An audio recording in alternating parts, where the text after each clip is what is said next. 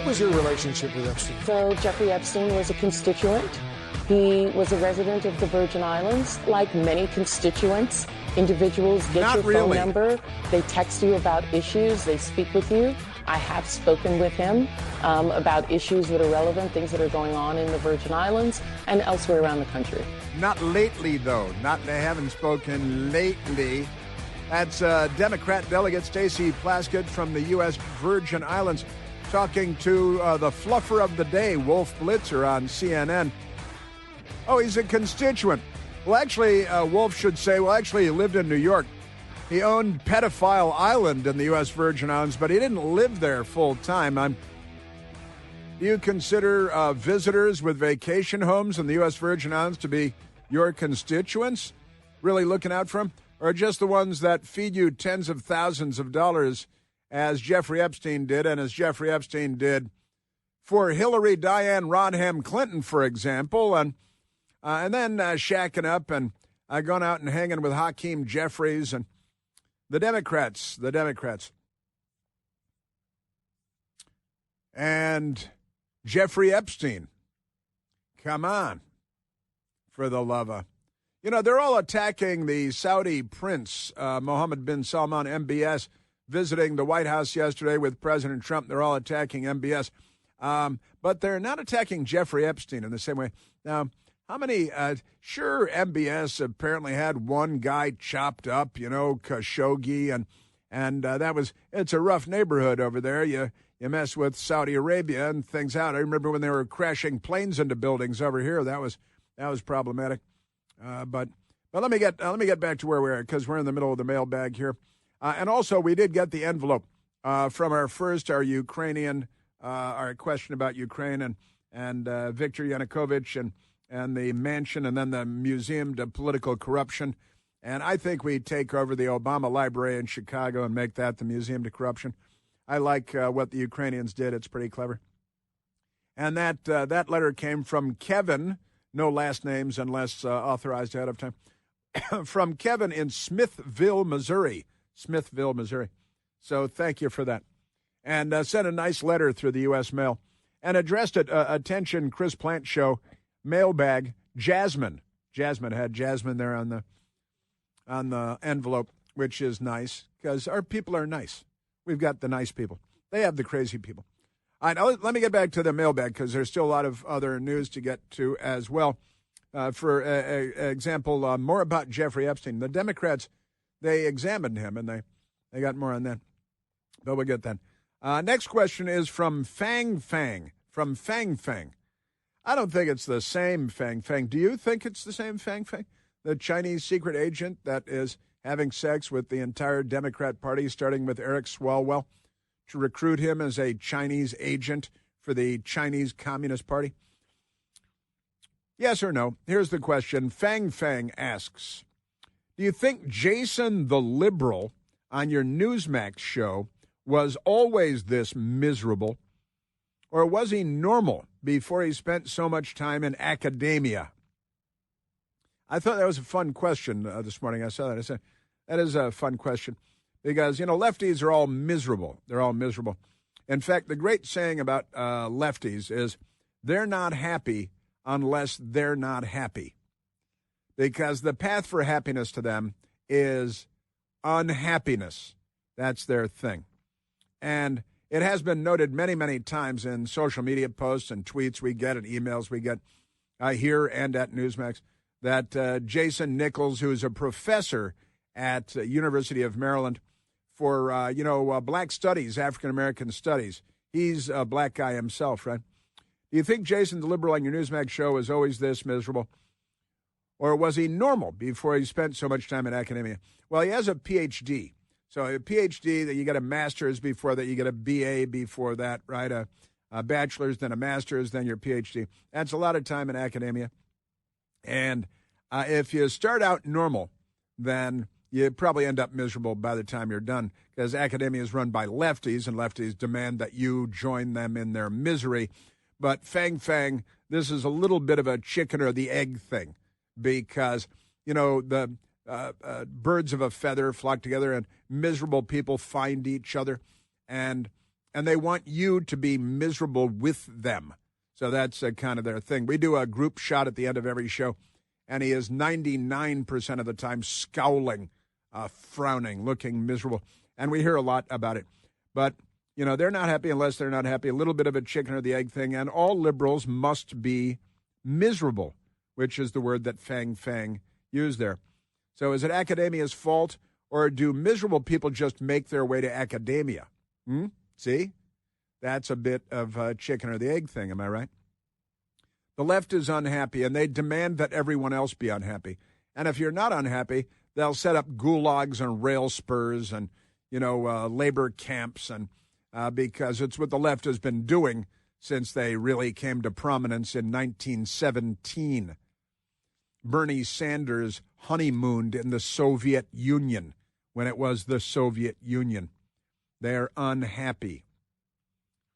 Yeah, and it is a little bit of yin and yang also, because it's a circular thing with the left. But they do want you to join them in their misery, and in their misery, and we choose not to because we're naturally happy and well-adjusted. The maladjusted, malevolent, malignant left, they flock together, and they're welcome to each other. We'll stay over here and be happy and normal. Happy and normal. But Fang Fang, fun question, tough to answer.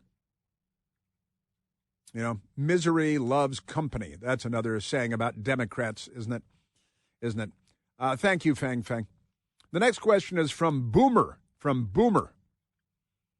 Is it racist for Big Mike to say that black people don't get to the gym and don't know how to swim? It sure would be racist if I said that. That's what Boomer says. Now, you may remember what Big Mike, Michelle Obama, said.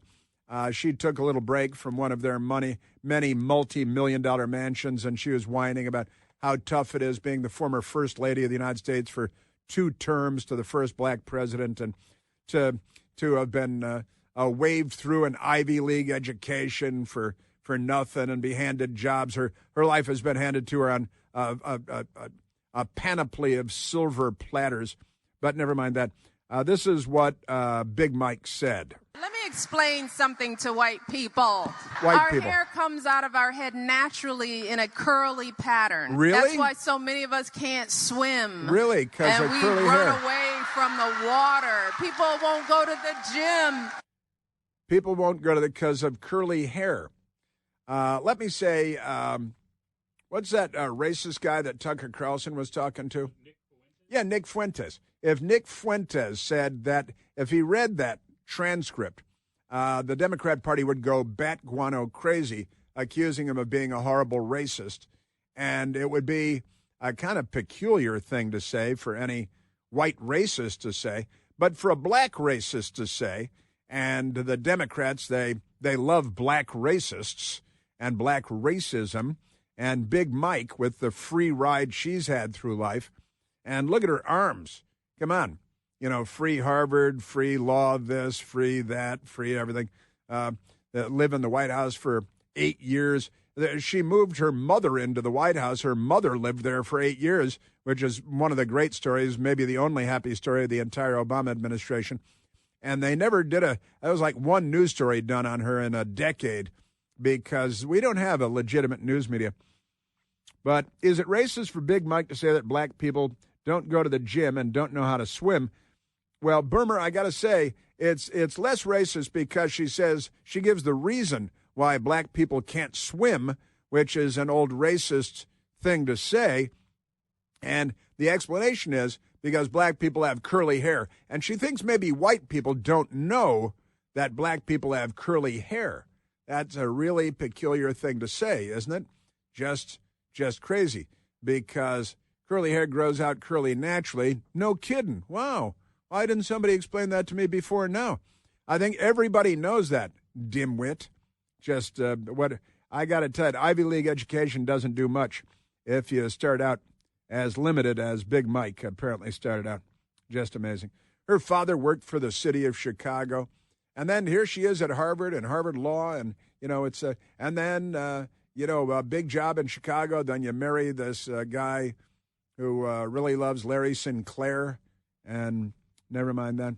But black people don't go to the gym because of curly hair. I was unaware of that. And the reason black people don't swim is because the hair on their head comes out naturally curly. It is exhausting, and it's so expensive, and it takes up so much time. What going to the gym does? Man. Yeah.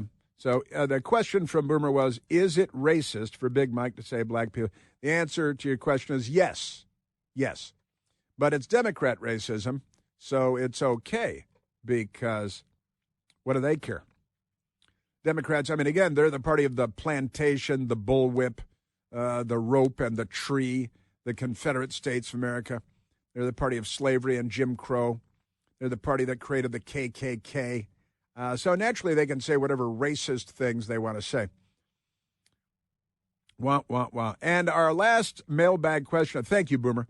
And our last mailbag question of the day comes from Dana, D-A-N-A. How could underage girls get to an island in the Virgin Islands with Jeffrey Epstein? Where were their parents? That is an excellent question, and that actually came up yesterday, and this mailbag question may have come in before we talked about it yesterday.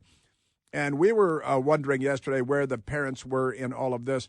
And we had, there was even a soundbite that we used yesterday from the big press conference on Capitol Hill. It was the father of I apologize. This was one of the mothers at the press conference on Capitol Hill yesterday who said that, oh, that's right. Now I remember this, that she was swept up by the Jeffrey Epstein Democrat child rape program in the U.S. Virgin Islands when she was 14 years old, and now she has a 14-year-old daughter. I was 14 when I met Jeffrey Epstein.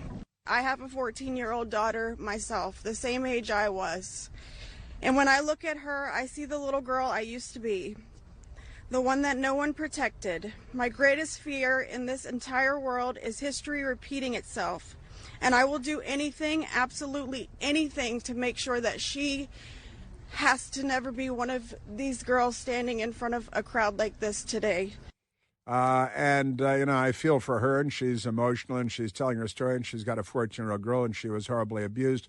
And she's saying we're the parents, and she's saying nobody was protecting me. So, Dana, I've got to think that a lot of these women, now grown women, are asking the same question of their own parents and of the adults around them because, but it's a great question. Where were the parents? And I think it's, he's a billionaire. He's well known. He hangs out with famous Democrats all over the place, and he knows everybody. He's got, an $80 million townhouse in Manhattan. He has a private jet. He's got a private island in the U.S. Virgin Islands, and he wants to take my daughter with him. And I gotta, that's where it gets weird fast. But Democrat parents, Democrat households, people being obsessed with wealth and fame and all these terrible things, just awful. So how did they get there? They got there on the jet. That's how they got there. In the ironically named Virgin Islands with Jeffrey Epstein. They got there on Jeffrey Epstein's jet. That's how they got there. And where were their parents? That's a really good question that remains unanswered. And maybe the Democrats, maybe the courts should be asking that question. Where were their parents? Where were the adults in all of this? We do not have the answer to that. Thank you, Dana. Thank you, Boomer. Thank you, Fang, and Sly, and Mark. And thank you also, because we had to go get the name, Kevin from Smithville, Missouri, for our mailbag questions today. The all-new third-generation Eden Pure Thunderstorm air purifier is now available to all of us, and it builds on the incredible success of the previous two generations, which had already earned thousands of five-star reviews on Al Gore's Amazing Internet, a bestseller in no time. This new Thunderstorm uses two technologies that studies have demonstrated will help to kill up to 99.9% of bacteria and viruses floating in the air that you breathe, that your family breathes. in your home, in your office. Also takes care of dust and pet dander and smoke and everything else in the air that you breathe that you don't want to be breathing. It also gets rid of any stinky odors and smells. The Thunderstorm will help get rid of any stinky smell, guaranteed. Odors from kitty litter boxes and trash cans and cigarette smoke and liberals' musty basements are no match for the Eden Pure Thunderstorm. Right now, you can save $200 American on an Eden Pure Thunderstorm 3-pack for whole home protection. Get you covered. Put one in the basement, the bedroom, the kitchen, the family room, any place you like to breathe clean, fresh air, and have your family breathe clean, fresh air. All you have to do is go to EdenPureDeals.com. Use the discount code CHRIS3, CHRIS, and the number 3 to save $200 on 3 Thunderstorms. Great gifts, too. That's EdenPureDeals.com. The discount code is CHRIS3. Yes, sir. Yes. And that's our mailbag. Now we've got crazy Islamism in Dearborn, Michigan. I've got Jeffrey Epstein, Democrat Party updates.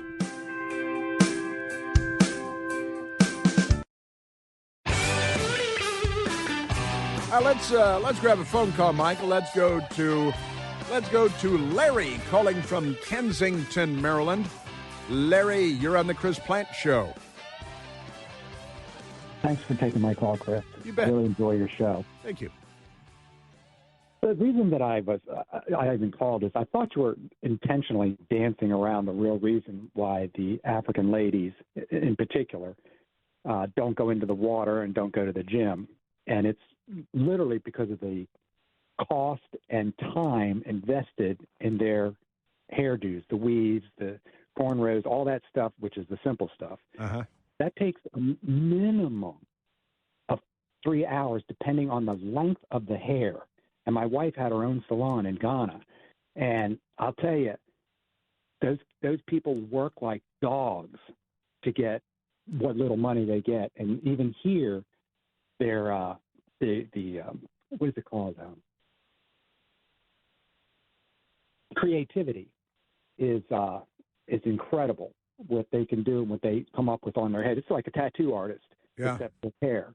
That's true. The various weaves and, it's true. And it's kind of funny. I was just texting with a friend of mine who's a black guy, and he was saying exactly the same thing that you're saying.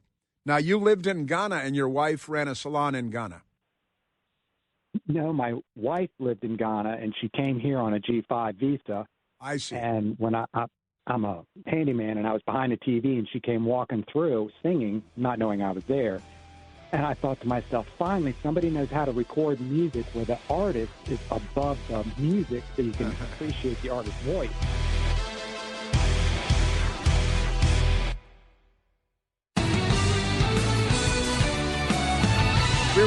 We played a soundbite a little while ago of Stacey Plaskett, the non-voting delegate from the U.S. Virgin Islands to the House of Representatives.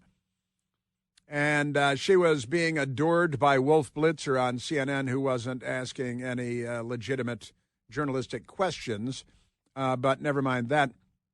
And she said, well, he was my constituent. Right? This is what Stacey Plaskett said. He was a resident of the Virgin Islands. No, like he wasn't. Many constituents. No. Individuals get your phone number. They text you about issues. They speak with you. Like many constituents. Now, he's a New Yorker who lives in New York. He has a rape island in the U.S. Virgin. He did when before he was hanged in a jail cell when there was nobody around, and he was on suicide watch. But he's a resident. Well, not a full-time resident. So let's see, if he had a vacation house in California, would Adam Schiff text back and forth? He's a billionaire creep Democrat, and the Democrats have all adored him for years. Now, it's crazy because a great old friend of mine that I haven't heard from in quite a while, Natalie texted, and she said in regard to Epstein being able to text directly to his representative, she said, I worked for a nonprofit, and a large part of my responsibilities setting up meetings for constituents to meet with their congressional representatives. We have 80,000 members nationwide. I've submitted thousands of meeting requests over the last 5 years, thousands. It's probably no surprise to you that it's extremely rare that these constituents are granted a meeting with their actual representative. It is commonplace for constituents to not only be granted a meeting with a staff member. These constituents are business owners in their respective districts, but unless you have deep pockets, your House member or your senator will not be likely to meet with you, and never would they text back and forth with you. And this from my great old friend. And the reality is that he wasn't. And you have what's his name? Not Jeffrey Epstein. He's dead. Yeah, Raskin, Jamie Raskin, the Democrat lefty, the Lost Marks brother from Maryland, from very close to this radio station. And he, too, is defending the delegate non-voting from the U.S. Virgin Islands, texting back and forth with the child rapist. And look, he was not a resident of the U.S. Virgin Islands. He is a resident of Florida, probably for 6 months plus 1 day for tax reasons, so he doesn't have to pay income taxes. And he's a resident of Manhattan, where he had like an $85 million, $110 million row house where he didn't hang himself. He hanged himself in the prison there when he was on suicide watch, and none of the cameras worked, and the guards that were supposed to be watching him weren't around, and he wasn't supposed to be given sheets that he could use to hang himself with. But never mind any of that. That's all water under the bridge. But he was not a resident of the U.S. Virgin Islands, and therefore he owned a rape island, a pedophile island. He went there from time to time to have illegal sex with underage girls. He flew his private jet, and he owned property there. That doesn't actually does that make you a constituent, owning property, but you don't live there? So he's a constituent of mine, Democrat Congressman Jamie Raskin. They want to give them another headline, which is that they've arraigned a Democratic member for taking a phone call from her constituent, Jeffrey Epstein, in the middle of a hearing. And, of course, I don't think there's any rule here against taking phone calls in a hearing. Phone calls? There isn't? There's no phone call against taking, no rule, rather, against taking phone calls in a hearing? First of all, there is, all right? You're in the middle of a hearing. Oh, hang on, it's my mother. No, you leave the hearing room if you need to take a phone. You don't take a phone. And she didn't take a phone call. She was. These people are psychopaths. They lie because they're talking, and it's the only thing they know how to do. Isn't that amazing? So there's Democrat, the Lost Marks brother, Jamie Raskin, member of the House of Representatives, an actual voting member. Yeah, taking phone calls from a constituent. I think all of his constituents. We should publish Jamie Raskin's cell phone number on Twitter. And the next time there's a hearing, we're going to ask all his constituents to call him all at once during the next hearing that he's sitting in. These people are psychopaths. They don't even know they're lying anymore. That's how psychopathic they're. Man, oh, Manischewitz. I am telling you. Man, oh, man. All right, where do we want to go, Michael? We wanted to go. There's so much to get to. I know. Let's go. There's so much because of the Epstein things in the White House yesterday, and the Saudi Crown Prince, MBS, Mohammed bin Salman, meeting at the White House with just amazing. I just got text. Well, we haven't played number 5, have we? We haven't played number 5. This is Congresswoman, theoretically, non-voting delegate, U.S. Virgin Islands, Democrat Stacey Plaskett, who was texting back and forth in a hearing with Jeffrey Epstein. He was feeding her talking points. She was using them in real time on live television in the hearing room. And here's Stacey Plaskett. I got a text from Jeffrey Epstein, who at the time was my constituent. Not really. Who was not public knowledge at that time that he was under federal investigation. Mm-hmm. And? Who was sharing information with me. Oh, yeah, well, we knew that. That's what texting is all about, sharing information with me. Isn't that amazing? These people. What's the matter with them? Also, they're violently attacking the Democrats, violently attacking immigration, customs enforcement, and Border Patrol people everywhere they can find them. In North Carolina, in Chicago, in Wherever they go, they're violently attacking everybody. Isn't that amazing? Let's go to soundbite number 10. Number 10, this is Tom Homan. He's our border czar, and he's been at it for quite some time. And he is constantly marveling at the violence of the Democrats attacking federal law enforcement for enforcing the laws as passed by Congress. We're enforcing the law, and bottom line is, once again, he proves every day when he makes these statements that, it's idiocy. I mean, for God's sakes, ICE is out there enforcing the law. We're taking really bad guys off the street. And the whole piñata thing, that is a good example of the weakness and the cowardice of the left. I believe he's talking about the mayor of Chicago. Let's go, Brandon Johnson there. But he's talking to all the blather. We were playing a little audio of him earlier. It's civil war, and the Republicans are breaking all the laws by enforcing the law and having law enforcement enforce the law. And the Democrat mayor of Chicago, who is very severely limited mentally, and an educator, of course, and just amazing. Tom Homan, the border czar, as ICE. And what is this? The new rage among Democrats is crashing into Border Patrol people with their vehicles, crashing into them. And it's not one, you might have seen the one in Chicago, but a whole bunch of them, the Democrats. ICE and CPB officers face unprecedented surge in vehicle ramming attacks.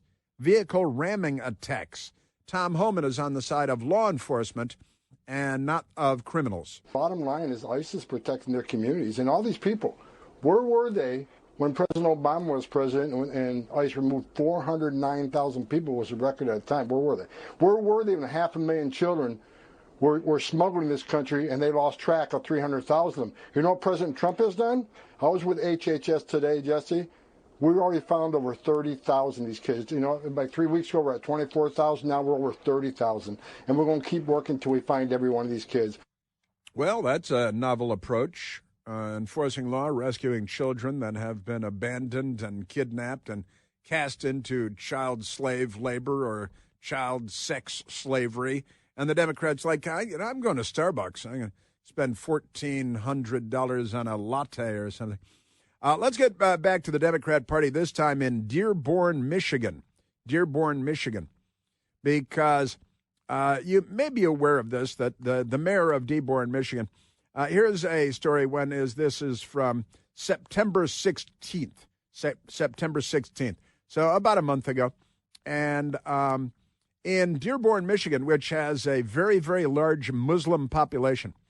Here's the headline from then. Dearborn's Muslim mayor tells Christian he's not welcome in Dearborn, Michigan, in debate on honoring pro-terror Arab leader. The Dearborn mayor tells Christian resident, "You are not welcome here," after he quotes Jesus Christ's teachings. Now, this is a pretty amazing story. At a Dearborn city in Michigan city council meeting, Mayor Abdullah Hammoud told a local resident, Ted Barham, a Christian, that he's not welcome. And it sounded like this at the meeting a couple of weeks ago. Hezbollah, bombed the embassy in Beirut, and including many Americans. So I just feel it's quite inappropriate. You are an Islamophobe, and although you live here, I want you to know, as mayor, you are not welcome here. And the day you move out of the city will be the day that I launch a parade celebrating the fact that you moved out of the city, because you are not somebody who believes in coexistence. You're an Islamophobe. He pointed out that Hezbollah, a terrorist organization, Lebanon, bombed the U.S. embassy and a U.S. military facility in Beirut, murdering Americans and everybody else they could murder. Hezbollah is a terrorist organization. They're planning on honoring a Hezbollah stalwart at the Dearborn city government level. And when a local man said, you're honoring somebody from Hezbollah that bombed an American embassy in their terrorist group, he instructed the mayor, the senior elected person in the city of Dearborn, a Democrat, Mayor Abdullah H. Hammoud. You got to use the H, otherwise you're an Islamophobe, I think. And Ted Barham was told that he's not welcome in his own city and that he's got to leave, and there'll be a parade when he is gone from the city. Now, yesterday, They picked up the torch. That was about a month ago. And Dearborn at the city council meeting. You're not welcome, the Muslim man says to a lifelong resident, because he pointed out that Hezbollah is a terror organization that bombed the U.S. Embassy. See? So this guy's a commie terrorist mayor in Dearborn, Michigan, and he should be catapulted into the ocean. Or maybe he can be deported to New York City, because, they just elected, the Democrats did. Now let's go yesterday in Dearborn, Michigan. There is a guy named Jake Lang. And the media likes to identify him as a January 6er. He was a January 6 guy, Jake Lang. And he looks like he may have a military background. He went to the city council meeting in Dearborn, Michigan yesterday. And there is it's a Muslim Christian thing going on in Dearborn, Michigan. This is the city council meeting, Dearborn, Michigan, yesterday. The guy speaking, how dare he speak, how dare he disrupt the harmony of the Islamists running Dearborn, Michigan. Jake Lang speaking. The Muslim community is looking to drag us back. They're looking to oppress women, oppress homosexuals. They're looking to destroy everything that makes America great. President Trump, send ICE into Dearborn. These people have overstayed their visas. They're H-1B chain migration invaders, and they have come to this country to destroy our way of life. Look, Jake Lang is not 100% alone. And when you see the mayor a month ago telling that an American that he's going to kick him out of the city, we'll have a parade when we kick you out of the city, you're not welcome here. This is, we've seen it in Europe. We see it in France with the no-go zones. You see it in London. You see it in a lot of places. Jake Lang in Dearborn. We know exactly your laws and your book about lying to our faces, pretending to be Americans, wearing your suits. But that doesn't happen anywhere else where you guys are in charge. There are 53 Muslim majority countries, and in all of them, it is tyranny, destruction, it is shithole living. So how about that? Amazing stuff. He's talking about the Quran and the teachings of the Quran, and taqiyya, the practice where if you're a good Muslim, you're allowed to lie to the infidels as long as you're advancing the cause of Islam. Jake Lang. You come here and you marry 4 or 5 women and you outbreed us. You change the laws. You make all of our country look like the places that you fled from. We don't want you here. Respectfully, get the out of my country. I don't want you here. I don't want you here. I don't want you here. I don't want you here. Now, they went to go outside, and let's go to number 8. That was number 17, right? Let's go to number 18, because Jake Lang went outside, and he wanted to slap a Koran with bacon, and that caused a bunch of Muslim men outside to get violent.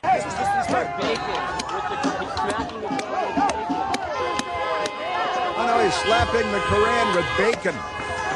Can't do that. You can burn the Bible. You can burn the American flag.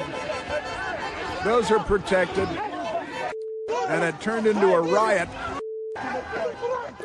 because he was disrespecting the Koran. Right?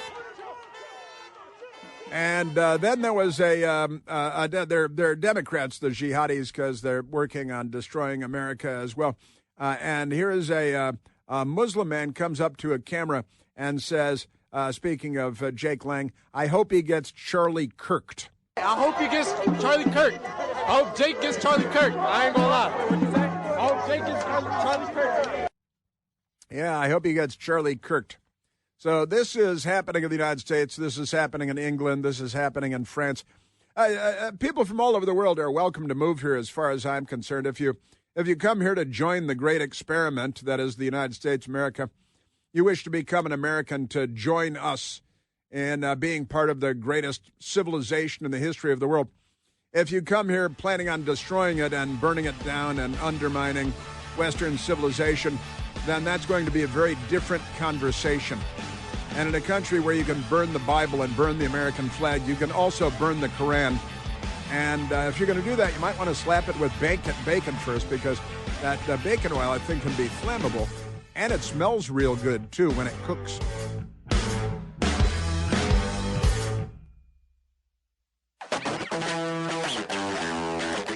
Now, you may have seen that Nicki Minaj, the famous songstress and rapper and stuff, not on my short playlist, but that's okay. She actually seems okay. She was at the UN yesterday because she and our UN ambassador, former member of the House of Representatives, they're talking about the massacre of Christians in Africa and Nigeria. And Nicki Minaj came out and she's against the massacre of Christians by Muslims in Africa.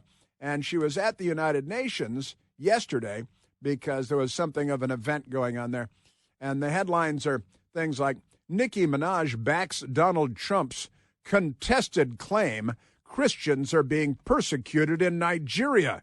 Well, the thousands of dead bodies make the case pretty clear. Nicki Minaj yesterday at the UN. I would like to thank President Trump for prioritizing this issue and for his leadership on the global stage in calling for urgent action to defend Christians in Nigeria, to combat extremism, and to bring a stop to violence against those who simply want to exercise their natural right to freedom of religion or belief.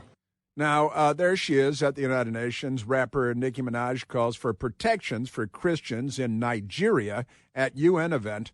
And going back and forth with friends this morning, and it reminded us of Cardi B, who's a Democrat and speaks up for Democrat causes. Donald Trump, y'all thought that he was going to be your hero. He don't like y'all. Yo, poor, you're poor. He don't like you. He don't like you. And now, ain't no food stamps.